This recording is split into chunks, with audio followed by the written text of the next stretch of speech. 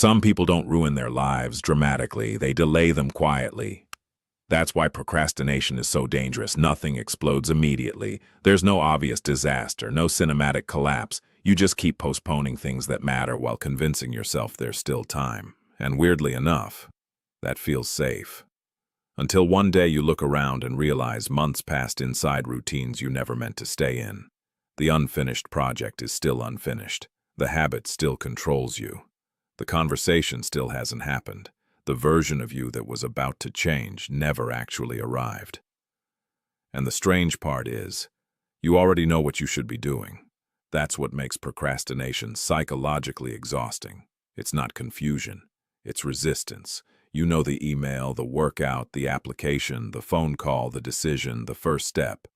Your brain is not lacking information, it's avoiding emotion. That changes everything. Because now, procrastination stops looking like laziness. It starts looking like emotional self-protection. At first, this feels harmless. You delay something small. You tell yourself you'll do it later. You scroll for a bit to reset. But later becomes tomorrow. Tomorrow becomes next week. And eventually, your mind develops a dangerous relationship with avoidance. You stop trusting your own intentions. You know that feeling? Saying, "I'll start tonight." Then suddenly it's midnight and you're watching videos you don't even care about anymore. Your body feels tired. Your brain feels guilty. But somehow you still keep scrolling, not because the content is that good, because avoiding your life feels temporarily easier than confronting it. And this is where things start falling apart. The hidden cost of procrastination is not lost time. It's damaged self-trust. Every time you avoid something important, your brain records it, quietly. I guess we don't follow through. I guess discomfort controls us. I guess our words don't mean much. People think confidence disappears because of failure. Sometimes confidence disappears because you repeatedly watch yourself avoid your own life. Wait until you realize why this gets heavier over time. Your brain doesn't separate small avoidance from big avoidance. It all becomes identity, ignoring the alarm clock, delaying the task, avoiding the message, putting off the difficult conversation, saying tomorrow again. Tiny moments. But repeated long enough, they create a version of you that feels emotionally unreliable to yourself. That feeling is brutal, because eventually you stop believing your own promises before you even make them. And honestly, that creates a kind of sadness people rarely talk about. Not dramatic sadness, drifting sadness, the kind where life slowly starts feeling blurry. You still function, still go to work, still laugh sometimes, still send texts and make plans. But underneath all of it is this quiet awareness. I'm not becoming who I said I would become.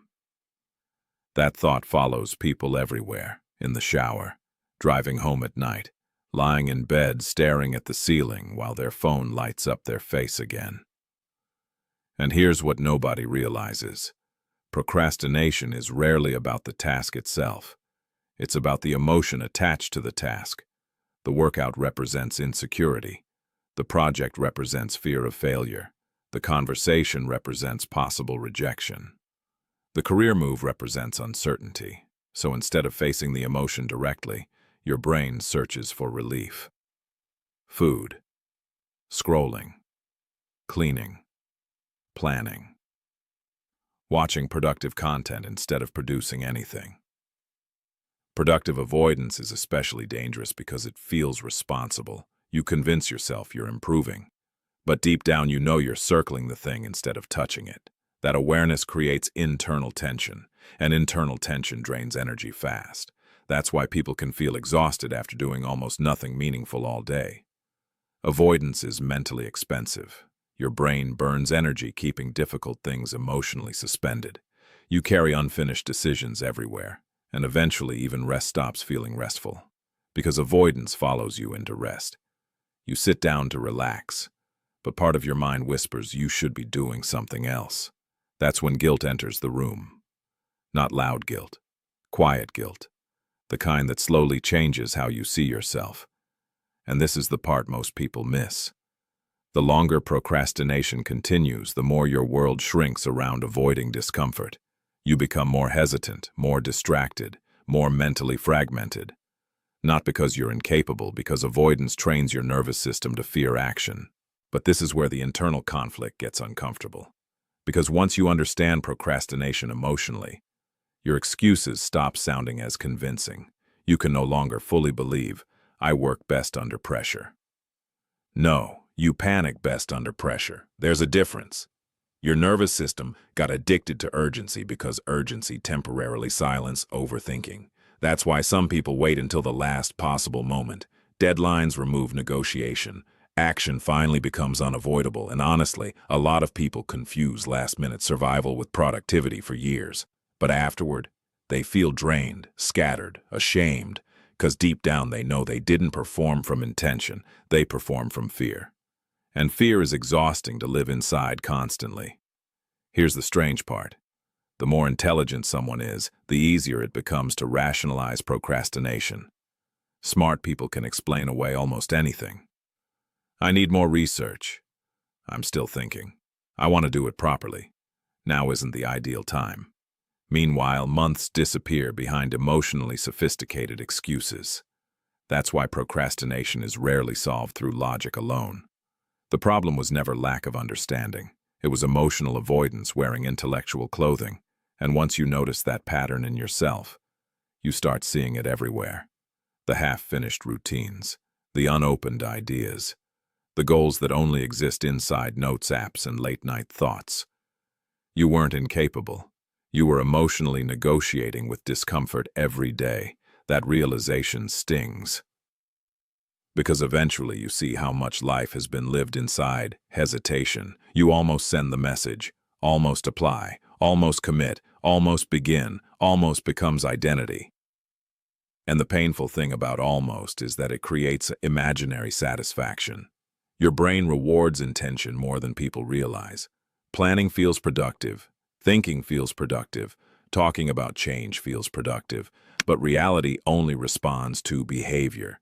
That's when the gap becomes emotionally dangerous. The gap between who you imagine yourself becoming and who your daily actions are quietly shaping. You can feel that gap late at night sometimes. It's heavy. Not because you hate yourself, because you can sense your own unlived life sitting beside you. Wait until you realize why this creates anxiety. Your brain is constantly tracking unresolved actions. Every avoided task stays mentally open, like background tabs draining energy all day. That unfinished tension builds pressure internally, which is why procrastination often creates the exact exhaustion people use to justify more procrastination. It becomes self-feeding. You avoid because you feel overwhelmed. Then avoidance creates more overwhelm. Then overwhelm creates more avoidance. That loop can quietly consume years. And the terrifying part is that nothing external may look wrong. You can still appear functional. That's why people stay trapped for so long. They're surviving. But internally they feel disconnected from themselves. And this is the part most people never hear.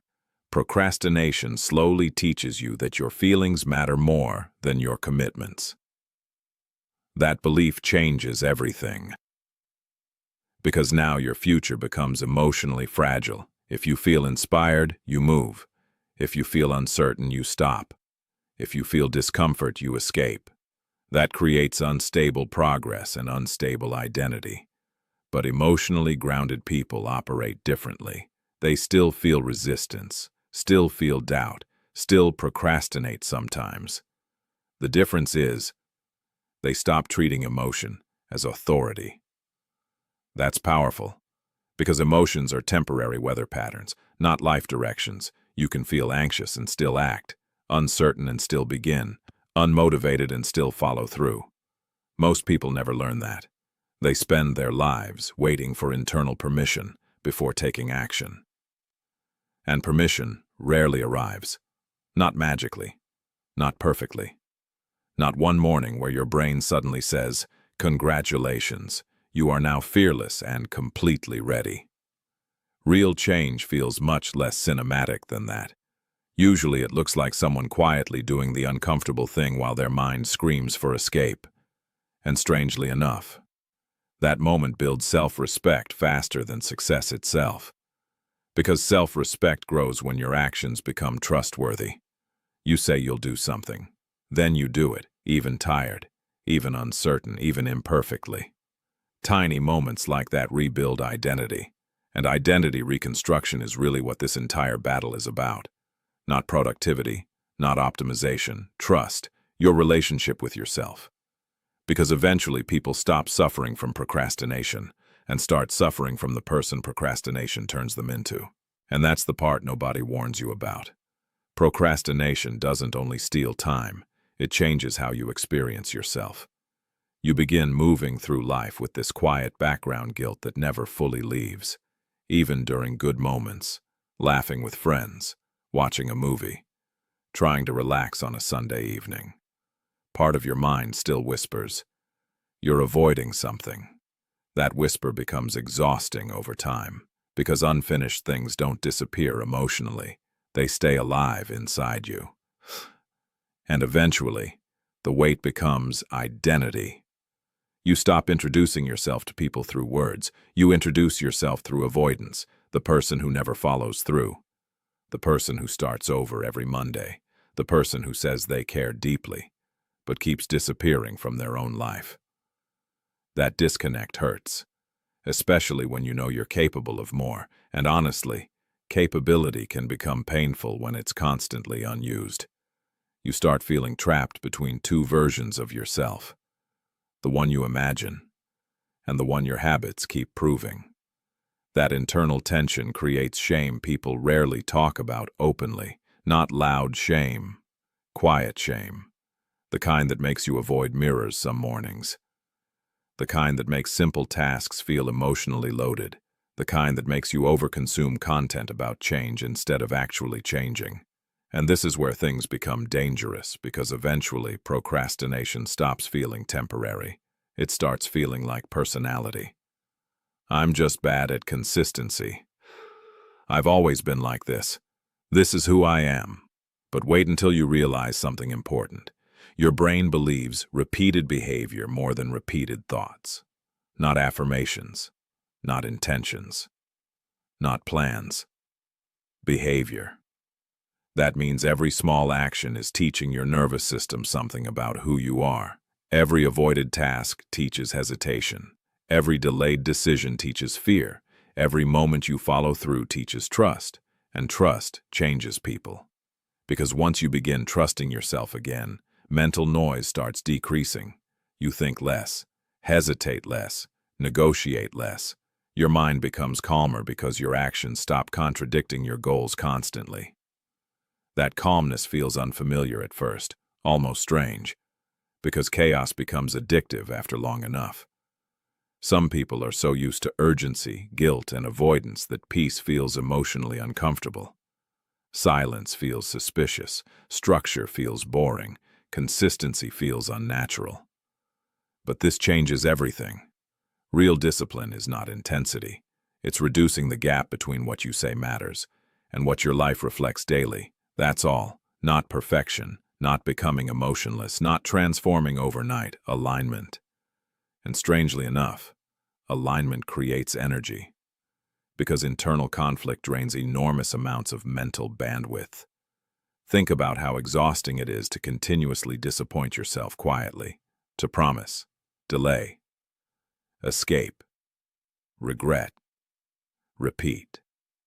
That cycle consumes emotional energy constantly. But when your actions begin matching your intentions, something stabilizes inside you. You stop needing motivational surges every week. You stop searching for a magical breakthrough. You stop treating every failure like identity collapse. You become steadier, and steady people change their lives quietly, not dramatically. That's the irony nobody posts online. Most meaningful transformation looks boring from the outside. A person waking up and doing the task anyway, closing the distracting app, taking the walk, having the difficult conversation, beginning before they feel ready. Tiny moments, repeated. That's what builds a different life. And maybe that's why procrastination feels so emotionally painful. Because deep down you know your future is shaped inside ordinary moments no one else sees. Not huge speeches, not perfect plans. The invisible decisions. Do I escape or engage? Avoid or begin? Numb myself or face this honestly? Those moments look small while they happen, but years later, they become entire identities. And maybe the real hidden cost of procrastination isn't lost productivity. It's the slow, emotional erosion of becoming someone you no longer fully trust. That realization can hurt, but it can also free you. Because once you finally see procrastination clearly, you stop romanticizing it. You stop calling avoidance needing more time. You stop calling fear waiting for clarity. You stop confusing preparation with progress. You begin understanding something deeper. Your life is not waiting for motivation. It's waiting for movement, even imperfect movement, even uncomfortable movement, even tiny movement, because action interrupts psychological drift, and once drift stops, clarity slowly returns. Not all at once. Quietly, you start feeling more present, more honest, more connected to yourself again. Not because life suddenly became easier, because you finally stopped disappearing from it. And if this felt a little too real, maybe that's the part you shouldn't ignore.